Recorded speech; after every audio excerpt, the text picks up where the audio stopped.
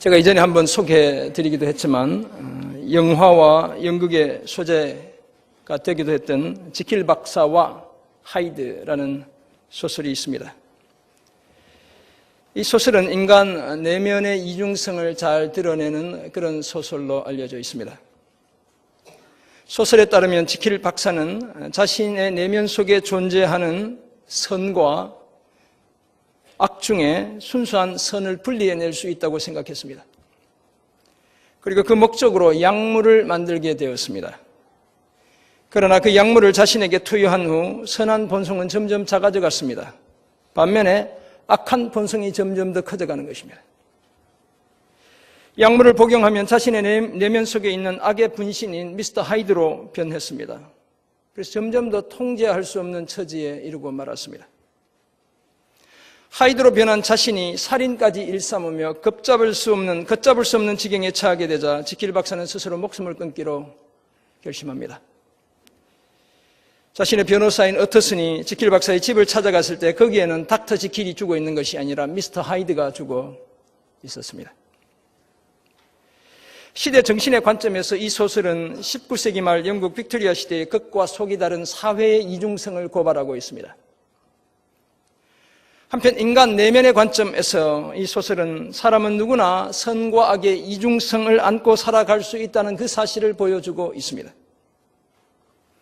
악의 요소에 계속 휘둘리면 절망의 벼랑 끝으로 내몰릴 수밖에 없다는 그 사실을 저와 여러분에게 각인시켜주고 있는 것입니다. 그리고 이것은 어쩌면 저와 여러분의 영적 세계에서도 마찬가지입니다. 만약 우리가 죄라는 약물에 중독되어 원하는 선은 행하지 않고 원치 않는 악을 계속 자행하면 우리도 결국은 우리 자신을 죽음으로 내몰게 되는 것입니다. 우리 자신을 절망의 벼랑 끝으로 내몰게 되는 것입니다. 그럼에도 불구하고 우리는 종종 정말 내가 해야 할 일은 하지 않고 하지 말아야 할 일은 버젓이 행하는 그런 나의 모습을 발견하곤 합니다. 사랑하고 이해해야 하는데 미워하고 원망하는 경우가 부지기수입니다. 화해해야 하는데 그 사람의 상판대기만 쳐다보면 다시 불쑥불쑥 감정이 치솟을 때가 한두 번이 아닙니다.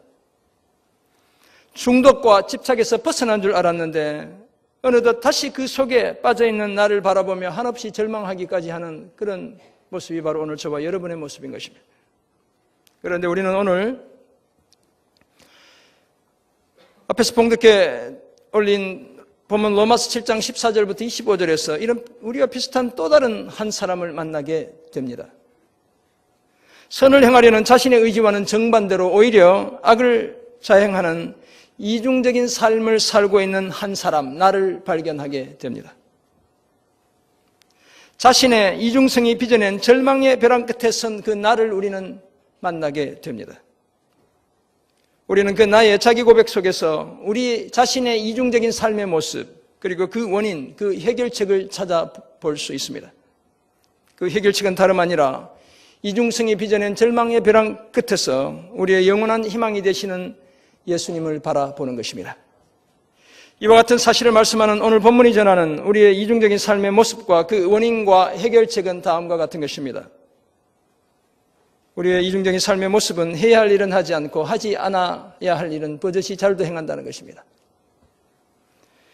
이중적인 삶의 원인은 죄가 바로 그 주범이라는 것입니다. 그리고 그런 삶에 대한 해결책, 오직 유일한 해결 방법은 예수 그리스도라는 바로 그 사실인 것입니다. 로마서 7장에는 나라는 말이 무수히 반복적으로 등장합니다. 오늘 본문 이전에도 계속해서 7절부터 사실 엄청나게 많은 나가 등장하고 있습니다.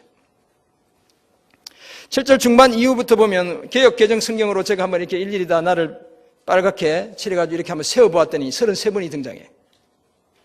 영어 NIV 성경을 제가 영어 성경 사전을 찾아보았더니 I, me, my, myself 이렇게 해서 총 52번이 등장하고 있습니다. 엄청나게 많은 내가 소개되고 있는 것입니다. 그런데 이 문제는 오늘 이 본문에 등장하는 나가 도대체 어떤 나인가 라는 것입니다. 도대체 이 내가 어떤 내인가라는 가에 문제가 있습니다. 학자들에 따르면 우선 바울 자신을 지칭한다고 말합니다. 오늘 본문을 이 편지를 쓴 바울일 것이다 이렇게 생각한다는 것이죠. 또는 아담을 지칭한다라고 말하기도 하고 아담 안에서 태어난 모든 아담의 후손을 지칭한다 이렇게 보기도 합니다. 뿐만 아니라 이스라엘 민족을 가리키는 것이라고 해석하는 분들도 있고 또 다른 해석으로는 실존적인 나를 가리킨다 이렇게 말하기도 합니다. 제가 달라스 신학교에서 로마서 공부하면서 성화에 관한 이 페이퍼를 써야 했는데 그때 이 본문을 가지고 제가 페이퍼를 썼습니다. 그때 저는 수사적인 나다, rhetorical I다 이렇게 해석했습니다. 누구나 다 그럴 수 있는 나를 가리킨다는 것입니다.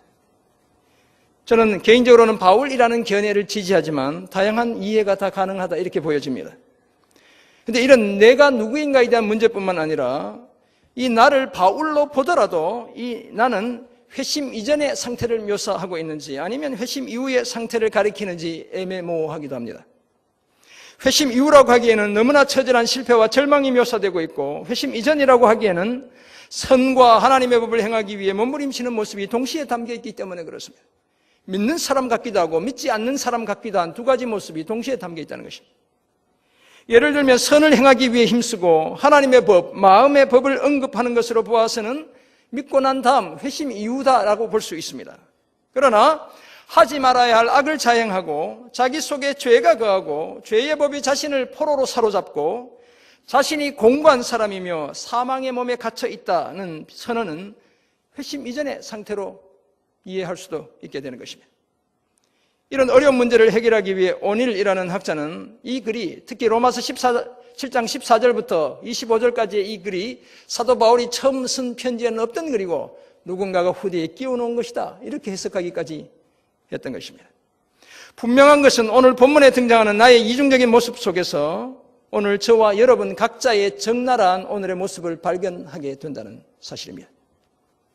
그렇다면 오늘 본문이 말하는 나의 이중적인 삶의 모습은 과연 어떤 것이며 그 원인은 무엇이고 그 해결책은 무엇이겠습니까? 먼저 이중적인 삶의 모습으로 해야 할 일은 하지 않고 하지 말아야 할 일은 잘도 한다는 것입니다. 나라는 말이 반복적으로 등장하는 오늘 본문의 또 다른 특징 중 하나는 본문의 각 문장마다 현재형 동사가 사용되고 있다는 점에 있습니다. 과거도 아니고 미래도 아니고 오늘을 나타내고 있다는 것이죠. 그렇다면 해야 할 선한 일은 하지 않고 하지 말아야 할 악한 일은 버젓이 행하는 나의 이중적인 모습이 현재 진행형이라는 것입니다. 지금 오늘 여기에 문제라는 것입니다. 이중적인 내 모습 때문에 절망하는 것이 어제의 문제가 아니고 지금 그리고 여기의 문제, now and here, 바로 이 자리의 문제라는 것입니다. 저와 여러분의 삶의 현장에서 실질적으로 겪는 문제이고 오늘 내 내면 속에서 거듭거듭 반복적으로 일어나는 그런 문제라는 것입니다. 오늘 본문 전체가 바로 이런 점을 부각시키고 있습니다. 14절에 따르면 거룩하고 의롭고 선한 율법, 그 율법은 14절에 따르면 신령하기까지 하다라고 말씀합니다. 영적이라는 것인데 그 이유는 영이신 하나님께서 주신 법이기 때문에 그렇습니다. 반면에 나 자신은 육신에 속했습니다. 내가 한없이 연약하고 덧없는 존재라는 것입니다. 현실적이고 물질적인 존재라는 것입니다. 물론 그렇다고 해서 육체를 영혼의 감옥으로 보는 플라톤의 이원론을 말하는 것이 아닙니다. 플라톤은 육체는 악한 것이고 영혼은 고결한 것이다 이렇게 얘기했습니다. 육체를 자꾸 죽여야 영혼이 더 고결해진다 이렇게 얘기했단 말이죠. 그러나 우리는 그 의견에는 동의하지 않습니다. 왜냐하면 우리의 몸도 하나님이 지어주셨기 때문에 그런 것입니다. 그런 것이 아니라 실존적으로 우리의 몸이 죄의 지배를 받고 있다는 것입니다. 그래서 안타깝게도 오늘 본문에 따르면 14절 뒷부분에 보면 그만 내가 죄에게 팔리고 말았다고 이야기합니다.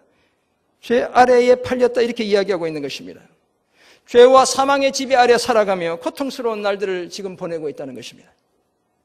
그런 자신을 바라보며 15절 뭐라고 얘기합니까? 내가 행하는 것을 내가 알지 못한다고 말합니다.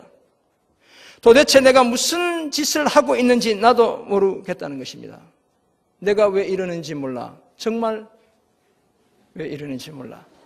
아시는 분은 다 아셔요. 어거스틴에 따르면 내가 행한 일이라고 나도 인정하고 싶지 않다. 이렇게 어거스틴은 해석했습니다. 오늘 내 삶의 모습, 내 생각을 보며 내가 행하고 있는 일이라고 나도 인정하고 싶지 않다. 이렇게 얘기했다는 것입니다. 왜냐하면 원하는 것은 행하지 않고 오히려 미워하는 그 일을 행하기 때문에 그렇습니다. 따라 자신의 계속되는 그런 행동은 오히려 율법이 선한 것임을 인정하는 것이라고 말합니다. 왜냐하면 율법이 미워하는 것, 그것을 행하는 나를 보고 그것이 죄라고 말해주기 때문에 그렇습니다. 만약 율법이 선한 것이 아니라면 하나님의 기준에 도달하지 못하는 죄를 지으면서도 전혀 죄책감을 느끼지 못했을 것입니다. 이런 이중적인 자신을 바라보며 17절, 이제는 그것을 행하는 자가 내가 아니라 내 속에 거하는 죄라고 말하기까지 하는 것입니다. 우리가 뒷단락에서 한번 그 의미를 생각해 보게 될 것입니다. 그래서 18절을 보면 절망적인 마음으로 내 속 곧 내 육신에 아무런 선한 것이 거하지 않는다라고 고백합니다. 마치 내 육신이 죄의 작업장과도 같다는 것입니다. 내 삶의 자리가 죄를 만들어내는 공장과도 같다는 것입니다. 그래서 아무리 선을 행하기 원해도 제대로 선을 행하지 못하는 참담한 상태에 빠져들고 있습니다.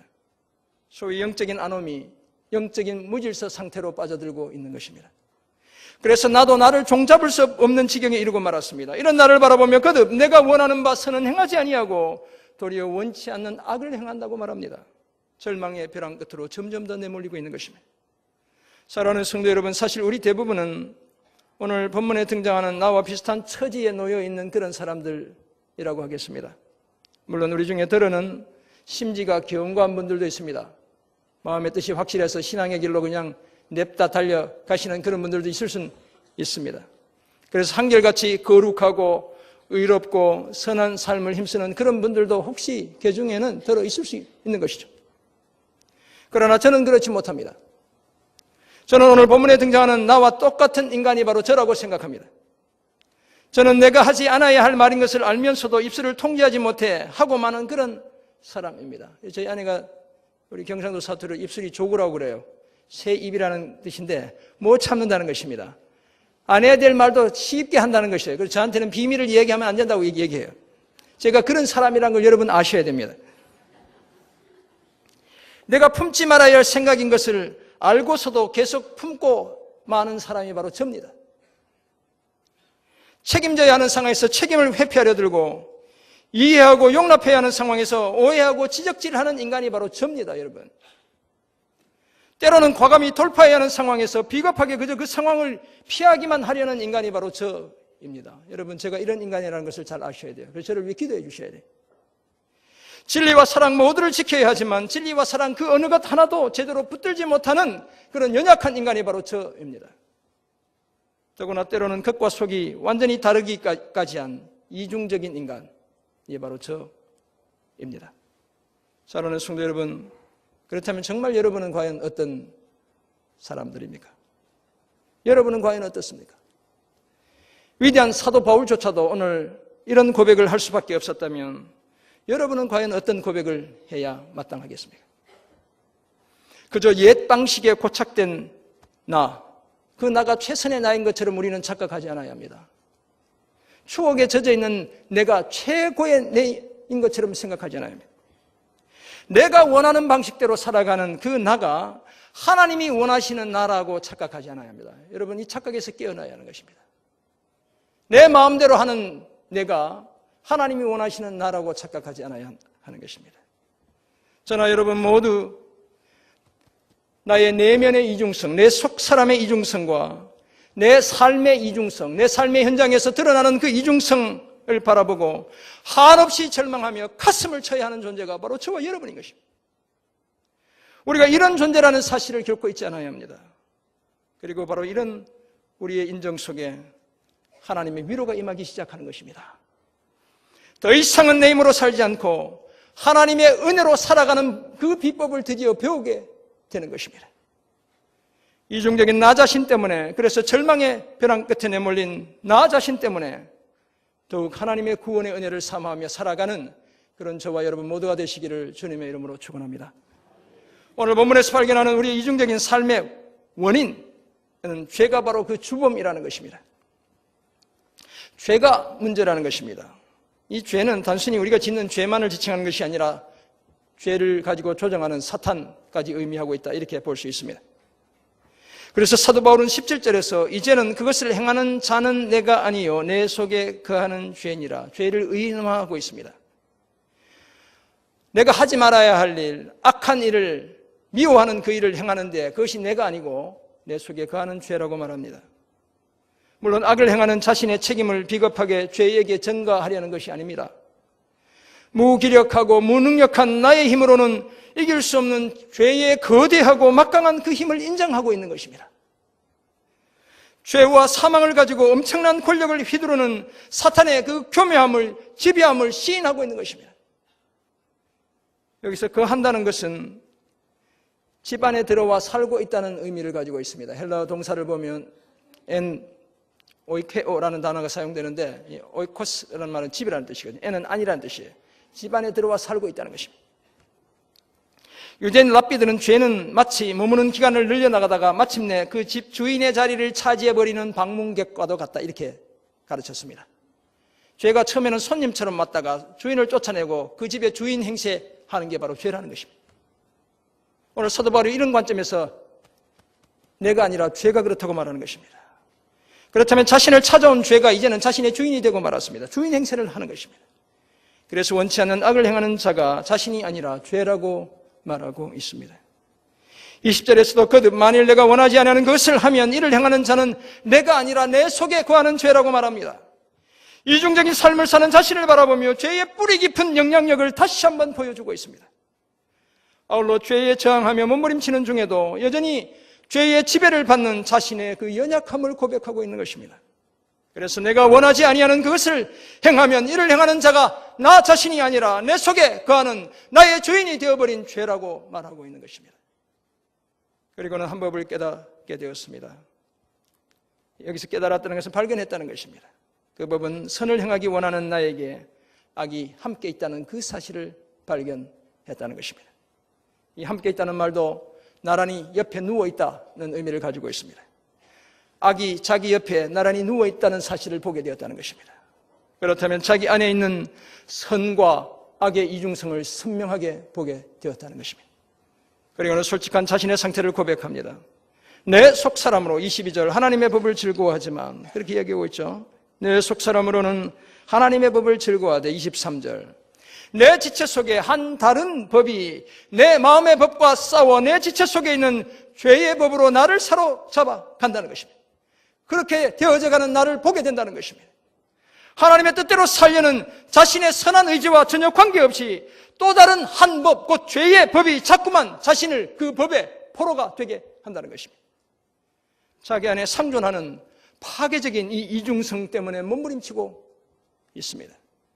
거듭 말씀드리지만 이런 고백은 죄에게 책임을 전가하려는 비겁하고 무책임한 태도가 결코 아닙니다. 그런 것이 아니라 나의 선한 의지와 상관없이 죄를 즐기는 나의 악한 본성과 죄에 쉽게 빠져드는 나의 연약함을 스스로 한탄하고 있는 것입니다. 비록 예수를 믿고 거듭났지만 여전히 타락한 옛 본성의 영향으로부터 완전히 벗어날 수 없는 나의 그 처지를 안타까워하고 있는 것입니다. 사랑하는 성도 여러분, 죄가 만들어내는 나의 이중적인 이런 모습은 하나님 앞에서는 그날까지 결코 다 벗어내지 못할 것입니다. 오늘 우리 중에 그 누구도 그런 이중적인 모습에서 완전히 자유로운 사람, 하나님 앞에서는 그날까지 아무도 없을 것입니다. 나의 몸은, 오늘 내 몸은 끊임없이 성령의 소욕과 육체의 소욕이 싸우는 전쟁터가 될 것입니다. 오늘 우리 삶의 현장도 마찬가지인 것입니다. 성령과 우리 육체의 소욕이 싸우는 전쟁터가 될 것입니다. 내 안에 있는 죄는 한순간도 나를 그냥 내버려 두지 않고 선을 행하려는 나를 집요하게 방해하려 들 것입니다. 그 치밀하고 파괴적인 죄의 영향력을 계속 확장해 가려 할 것입니다. 팀 켈러 목사님은 자신의 책 거짓 신들의 세상에서 이렇게 말했습니다. 인간의 내면에 깃든 사악한 충동과 본능은 영원히 사라지지 않는다. 비어트리스 웹이라는 사람의 말을 인용한 것인데 인간의 내면에 깃든 사악한 충동과 본능은 영원히 사라지지 않는다라고 말했습니다. 그렇다면 외부의 특별한 개입이나 도움이 없이는 우리 인간 스스로는, 나 스스로는 악한 충동과 악한 본성에서 벗어날 길이 없다는 것입니다. 그래서 나는 자주 절망의 신음소리를 낼 수밖에 없습니다. 나를 구제불능으로 규정하고 자포자기의 상태에 빠져들 수밖에 없습니다. 그러나 역설적이게도 그렇게 철저히 나를 부인하는 바로 그때 하나님의 구원이 시작되는 것입니다. 나를 향한 하나님의 치밀한 구원 계획이 나를 철저히 부인하는 바로 그때부터 실행되기 시작하는 것입니다. 하나님의 아들 예수 그리스도를 통한 하나님의 구원 계획, 우리 각자를 위한 하나님의 그 구원 계획이 한치의 오차도 없이 작동되기 시작하는 것입니다. 바로 이 사실을 기억하고 이중적인 나의 모습을 발견하며 절망할 때마다 더욱 나의 구원자 되시는 예수 그리스도를 바라보는 저와 여러분 모두가 되시길 주님의 이름으로 축원합니다. 오늘 본문이 말씀하는 나의 이중적인 삶의 모습에 대한 그렇다면 해결책은 오직 예수 그리스도입니다. 우리의 모든 삶의 마스터 키는 만능 열쇠는 주님인 것입니다. 사도 바울은 이중적인 나의 모습을 그려내다가 24절에 이르면 절망의 벼랑 끝에 다다르게 됩니다. 더 이상 내몰릴 수 없는, 이제는 낭떠러지로 떨어져야 하는 바로 그런 상황으로 내몰리게 되는 것입니다. 이렇게 외치고 있습니다. 오호라, 나는 공고한 사람이로다. 이 사망의 몸에서 누가 나를 건져내랴? 오호라, 나는 공고한 사람이로다. 이 사망의 몸에서 누가 나를 건져내랴? 여기서 공고하다는 말은 처참하다는 것입니다. 처절하다는 것입니다. 그냥 잠시 몸이 피곤하다 이런 정도가 아니라는 것입니다. 끔찍하다는 것입니다. 가련하다는 것이고 진절머리가 난다는 것이기도 합니다. 따라서 내가 내 자신에 대해 진절머리가 날 정도라는 것입니다. 나를 바라보며, 그렇게 연약한 죄악에 쉽게 젖어드는 나를 바라보며 진절머리가 날 정도라는 것입니다. 그리고 사망의 몸은 자신의 그 부패한 본성을 담고 있는 자신의 몸을 지칭하기도 하지만 자신에게 들러붙어 있는 시체를 가리킨다고 이야기합니다. 부패가 시작된 시체에 전쟁 포로들을 묶어두는 그 장면을 연상시키고 있는 것입니다. 포로를 잡아오고 포로 옆에 묶여있는 시체가 하나 있는 것입니다. 따라서 그것이 거추장스러운 것은 물론이고 내가 선을 행하려 들 때마다 내 곁에 들러붙어 있어 집요하게 나를 방해하게 되는 것입니다. 썩는 냄새가 진동하는 그 시체 때문에 자유롭게 할 수 있는 일이 아무것도 없는데 안타깝게도 그 상태에서 벗어나게 해줄 사람이 아무도 없습니다. 결국 자신도 죽음에 이르게 되는 것입니다. 그래서 죽음의 지배를 받는 나의 이 몸에서 누가 나를 건져낼 수 있단 말인가라며 한탄합니다. 절망의 벼랑 끝에서 나를 구원해 줄 사람이 아무도 없다는 것입니다. 죄악된 본성의 마수에서 도무지 벗어날 길이 없습니다. 처절한 절망의 늪에서 헤어나올 방법이 전혀 없습니다.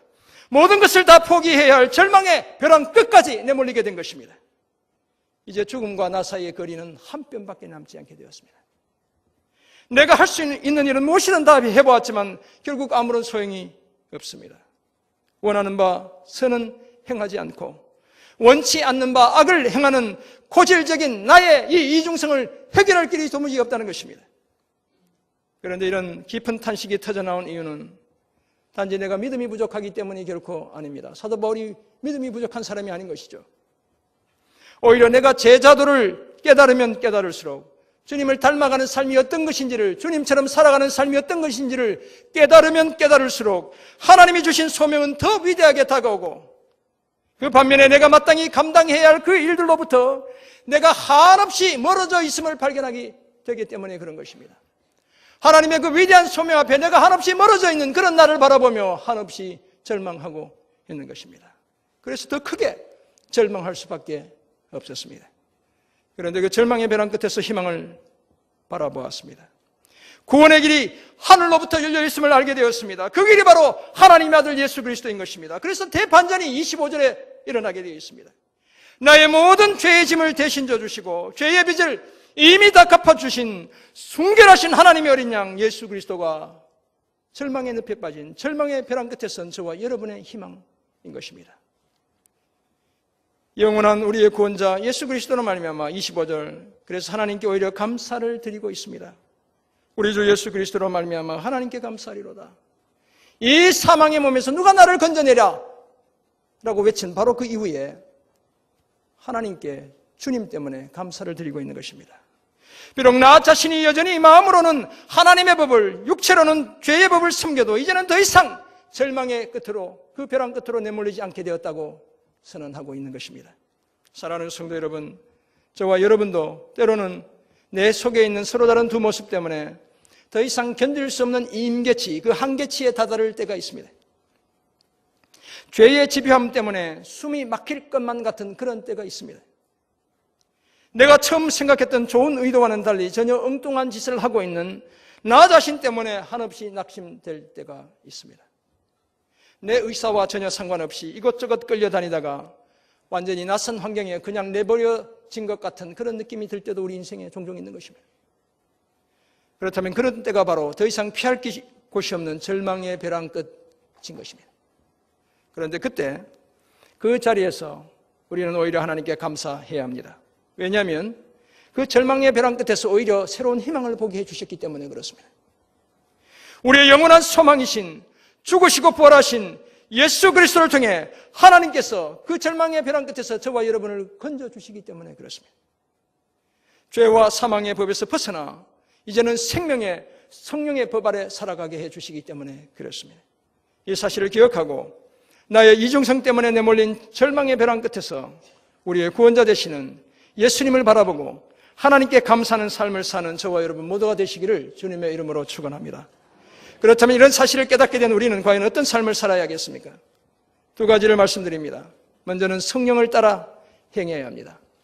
성령의 새로운 방식으로 섬겨야 한다. 지난주에 말씀드렸고 오늘 성령을 따라 행해야 한다는 것입니다. 갈라디아 5장 16절 17절의 말씀을 보면 내가 이르노니 너희는 성령을 따라 행하라 라고 말씀하죠. 그리하면 육체의 욕심을 이루지 아니하리라. 뭐라고요? 성령을 따라 행하라. 그리하면 육체의 욕심을 이루지 아니하리라 라고 말씀합니다. 이어서 육체의 소욕은 성령을 거스리고 성령은 육체를 거스르나니 이 둘이 서로 대적하므로 너희가 원하는 것을 하지 못하게 하려 함이니라. 이처럼 성령을 따라 행해야 육체의 잘못된 욕심에 휘둘리지 않게 되는 것입니다. 왜냐하면 성령과 우리의 육체의 잘못된 욕심이 나란히 갈 수는 없기 때문에 그렇습니다. 그렇다면 성령을 따라 행한다는 것은 과연 무엇을 의미하는 것이겠습니까? 제가 거듭거듭 말씀드리지만 성령을 단지 기운이나 뜨거운 느낌이나 훅 하는 바람 정도로 생각하지 않아야 합니다.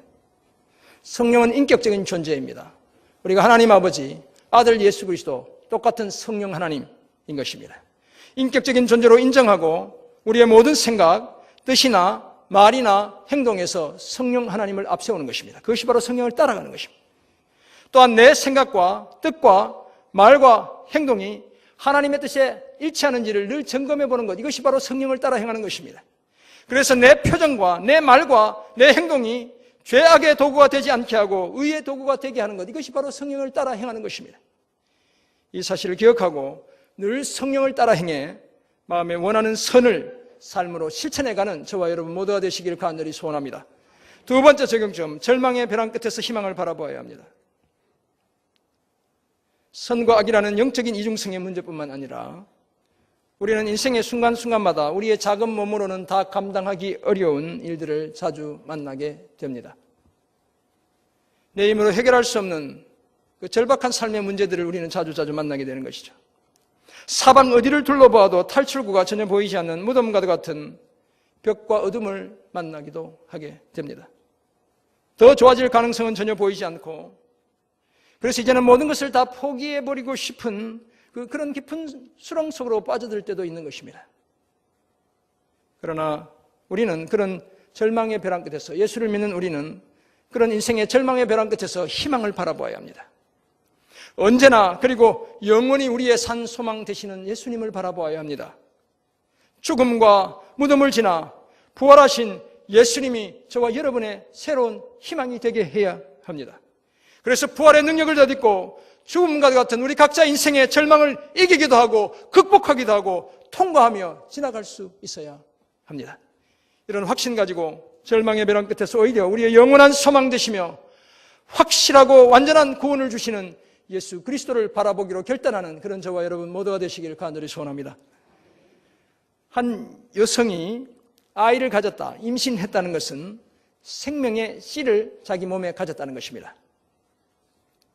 남편의 정자가 아내의 난자의 수정이 되면 이제 독립된 생명이 그 엄마의 몸에서 자라기 시작하는 것입니다. 그리고 그 독립된 생명은 자기만의 독특한 DNA를 가진 완전히 새로운 생명인 것이죠. 이제 엄마가 하는 일은 자기 안에 있는 생명이 자신을 잘 표현하게 하는 것입니다. 어린 태아가 잘 자라게 하는 것, 이것이 엄마가 해야 하는 일인 것이죠. 그 생명이 자신을 잘 표현하면 할수록 엄마의 몸은 점점 더 커져갑니다.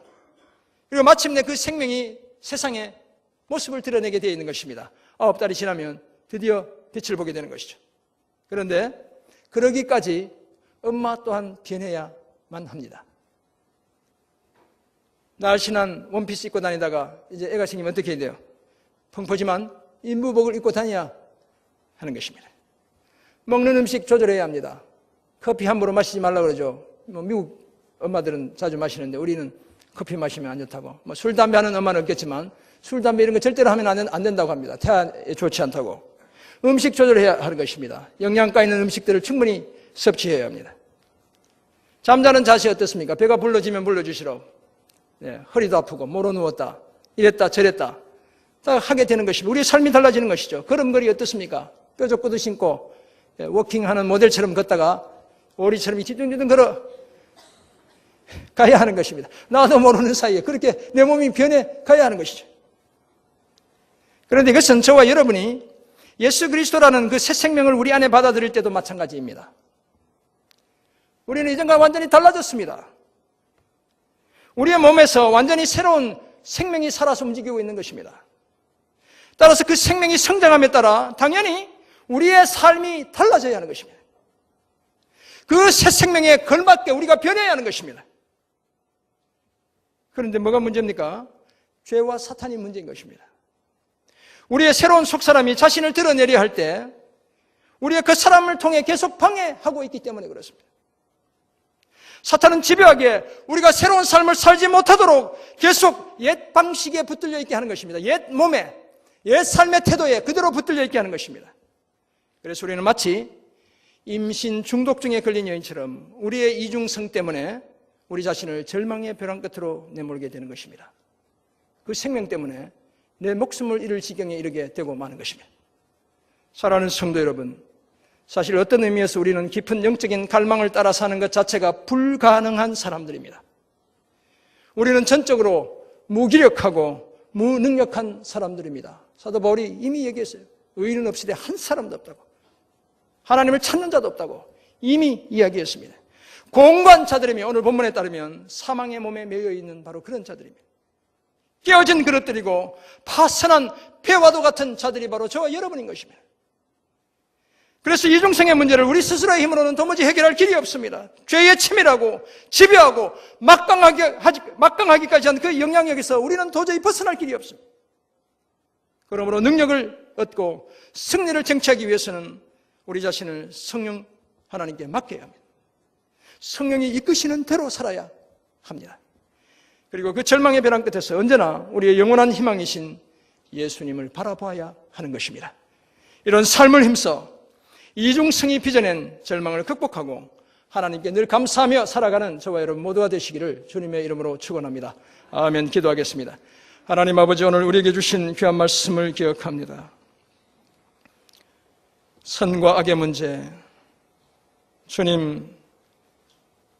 주님께서 기뻐하시는 삶을 살아야 하는데 여전히 악한 일을, 미워하는 일을 행하는 우리 자신을 바라보며 절망하는 주님의 자녀들이 있습니까? 그래서 절망의 벼랑 끝까지 내몰린 주님의 자녀들이 있습니까? 아니면 우리 인생의 그 힘겨움 때문에 주님 절망의 벼랑 끝에 내몰린 주님의 사람들이 있습니까? 그 자리에서 다시 한번 우리의 구원자 되시는 주님을 주목하여 바라보기로 결단하는 저희들을 되게 도와주옵소서. 마침내 우리를 구원하시고 온전한 새로운 삶으로 인도해 가시는 그 주님을 의지하고 성령에 이끌림 받는 복된 삶을 살아가기로 결단하는 저희 모두 되게 도와주옵소서. 감사드리며 살아계신 예수 그리스도의 이름으로 기도드립니다. 아멘.